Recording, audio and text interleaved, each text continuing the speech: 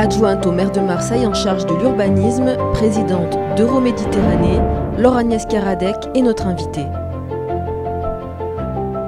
Alors ça remonte à très loin, j'étais étudiante à la faculté de droit d'Aix-en-Provence et nous étions un groupe à vouloir nous engager un peu pour des causes, des objectifs de défense de certains enjeux pour nous, correspondant plus à la droite libérale, un peu centriste. Et ce groupe d'étudiants a persévéré pendant quelques années. Certains ont commencé à militer dans des permanences politiques, et puis d'autres sont partis. Et nous sommes très peu à être restés, en fait, donc à continuer notre action, parce que je pense qu'il y avait à l'époque des enjeux phénoménaux, notamment de reconquête de cette ville de Marseille autour de Jean-Claude Gaudin. Et donc j'ai participé à la campagne de 89 et de 95. Et en 95, par exemple, avec Yves Morel, on a commencé ensemble, on était étudiants. Et voilà, notre parcours a continué complètement happé par voilà, l'enjeu de la politique.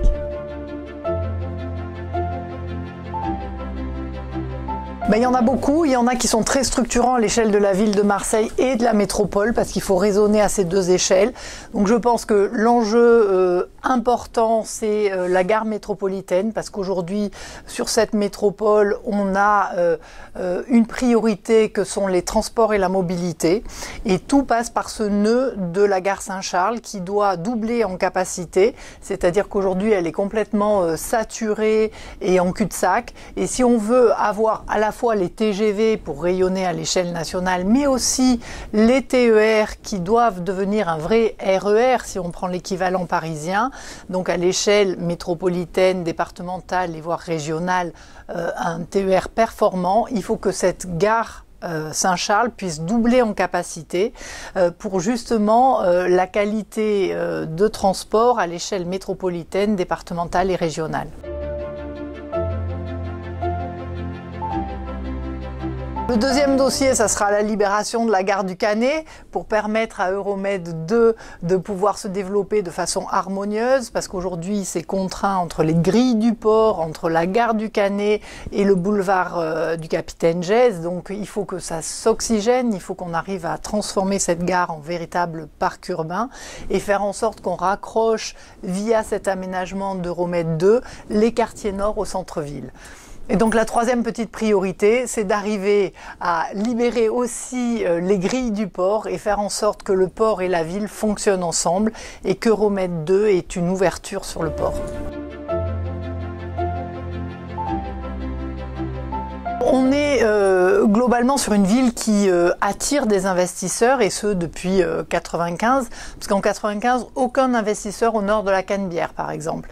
Et donc l'opération Euromed a changé l'image de Marseille, a transformé un peu la pétence des investisseurs, et donc Marseille est regardée, et sa métropole, d'une autre façon. Aujourd'hui, on a un quartier central des affaires qui s'est développé à travers aussi la skyline, mais pas que, et nous n'avons plus de mètres carrés disponibles de bureaux, par exemple. Aujourd'hui, une grande délégation régionale ou un siège national veut venir s'installer à Marseille.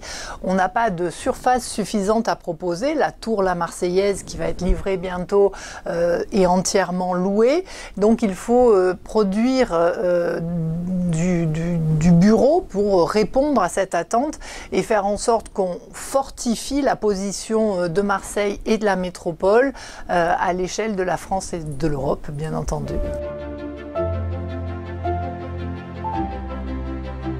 Je mène une opération qui s'appelle Quartier Libre autour de la gare Saint-Charles et surtout comprenant le secteur de la Belle de Mai à l'échelle de 140 hectares. Et l'objectif, c'est sur un quartier qui est fortement dégradé, de redonner sens, de restructurer ce quartier-là et de le raccrocher au centre-ville en lui donnant une vraie entrée via l'économie, parce qu'aujourd'hui la priorité c'est de faire baisser le chômage et de faire en sorte que cette nouvelle génération population, nos jeunes Marseillais puissent trouver des débouchés dans une palette qui va de l'emploi non qualifié à l'emploi qualifié. Mais en tout cas, cette entrée par l'économie est essentielle pour faire en sorte que cette ville puisse avancer à la bonne vitesse, que ce soit les quartiers sud ou les quartiers nord. Nous avons une équipe pluridisciplinaire internationale avec des Suisses et des Parisiens qui nous accompagnent sur 10 ans. On a élaboré un plan guide et aujourd'hui on va pouvoir lancer les premiers investissements. On a commencé par l'achat du jardin Leva pour offrir justement à ces habitants-là un peu d'espace vert qui fait cruellement défaut, et continuer par du réaménagement structurant en intégrant par exemple dans le plan de déplacement urbain une 3e ligne de tramway qui irait jusqu'au boulevard National.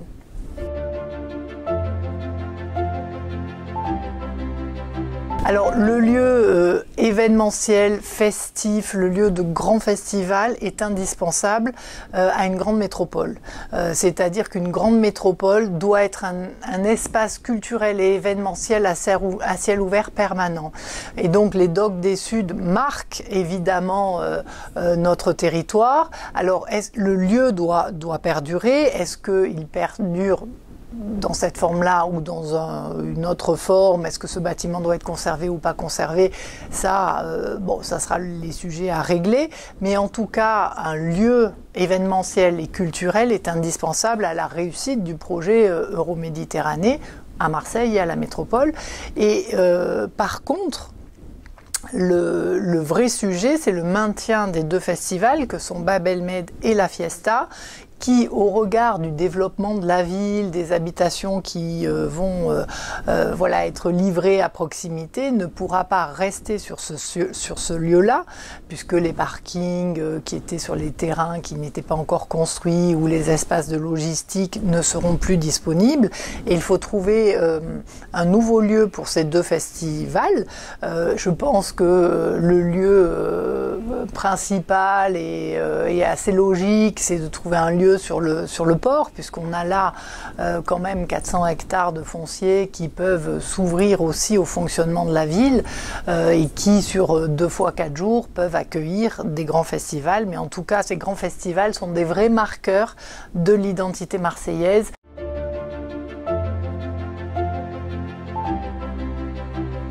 Je suis en discussion avec la directrice du port.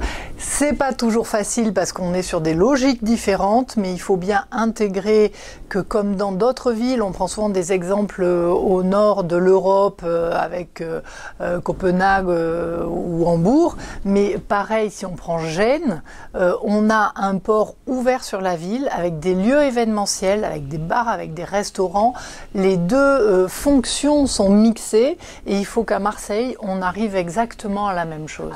Elle est sur un raisonnement d'outils industriels portuaires. Donc il faut qu'on soit plusieurs à porter la cause et qu'on ait une construction et des intérêts communs, parce que je pense qu'elle a aussi intérêt à ce que le port fonctionne avec la ville. Le téléphérique est quelque chose d'important, c'est un moyen moderne de transport, c'est un moyen qui marque le paysage et qui pourra être développé une fois que celui-ci sera créé ailleurs. Je pense que le Jarret par exemple peut très bien intégrer un téléphérique, que la desserte du littoral sud, puisque à chaque fois c'est une vraie question, il y a une seule route, pourra aussi faire l'objet d'un téléphérique, et c'est un moyen moderne et plutôt respectueux de l'environnement qui pourrait être mis en place et qui pourrait justement être une vraie solution à des déplacements qui aujourd'hui sont complètement congestionnés. Moi, je suis assez fidèle et loyale. J'appartiens à un parti politique qui s'appelle Les Républicains. Je souhaite par ailleurs que le gouvernement Macron réussisse, parce que c'est l'intérêt de la France qui est en jeu. Je suis aussi critique sur certaines options qui sont prises.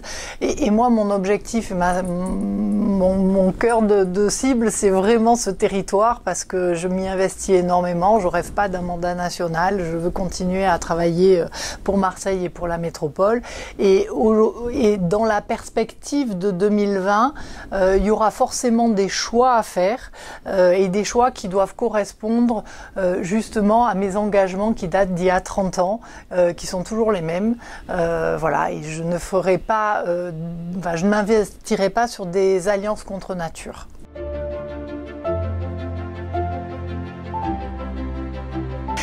La route est encore longue. Les municipales seront dans 2 ans. Donc, et en politique, les choses changent souvent. Et il ne se passe jamais ce qui est prévu.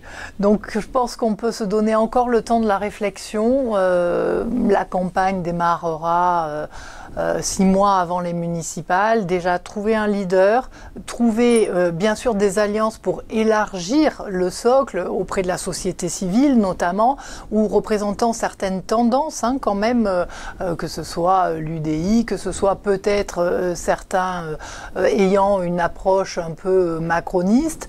Mais aujourd'hui, on ne peut absolument pas se déterminer. Nous, on a un socle fort. Renaud Muselier a fait un sondage. Voilà, la famille UDI, LR arrive en tête. Ce socle est important. Cet attachement à nos valeurs, à notre famille politique, doit rester dominante, même s'il y a des alliances qui peuvent se faire.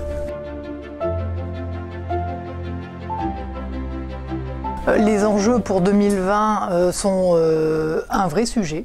Voilà, c'est un vrai sujet. Nous sommes derrière Jean-Claude Gaudin aux manettes depuis 1995, avec une vraie énergie pour transformer l'image de cette ville, pour la rendre attractive. Et l'objectif, c'est de pouvoir continuer, parce que nos perspectives et notre projet, il va bien au-delà de 2020. Aujourd'hui, on réfléchit pour les 10 ans, les 15 ans à venir, et on met en place des politiques publiques pour les 10 ans et 15 ans à venir. Et donc l'objectif, c'est de poursuivre ces actions-là, de les poursuivre intelligemment, de façon unie. On a besoin de tout le monde, de Martine Vassal, de Renaud Muselier, des parlementaires et aussi des élus qui pèsent aujourd'hui au sein de la majorité, des maires de secteur qui sont tous jeunes, qui ont moins de 50 ans et qui font un travail de proximité et d'idées aussi attestées important. Donc il faut qu'on reste unis, déterminés, avec un cap précis, un projet précis. Et surtout que cette ville de Marseille, qui a un potentiel fabuleux, ne tombe pas aux mains des extrêmes, ni Le Pen, ni Mélenchon. Jean-Claude Gaudin a annoncé qu'il ne se représentait pas. Donc, bon, après, comme je vous l'ai dit, tout peut changer en politique. Moi, je ne veux pas avoir le choix. J'ai fait voilà, mes 30 ans d'engagement à leur côté. Et surtout, qu'ils ne nous mettent pas dans une position à devoir choisir ou à devoir nous déchirer. La fusion département-métropole a du sens.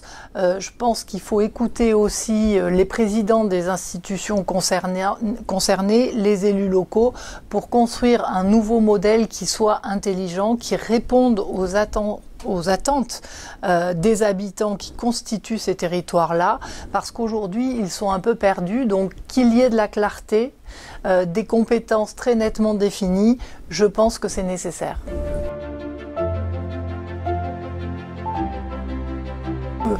Coup de gueule, il est surtout sur la tristesse d'avoir eu un nouvel attentat, que ce soit Trèbes et Carcassonne, parce que c'est vrai qu'on a toujours le temps de l'émotion, il y a toujours des morts, on a une union nationale forte, mais après tout ça est repris par la vie quotidienne de chacun, et ce rappel à l'ordre permanent et la menace du radicalisme islamique doit être vraiment prégnant dans les esprits des grands dirigeants.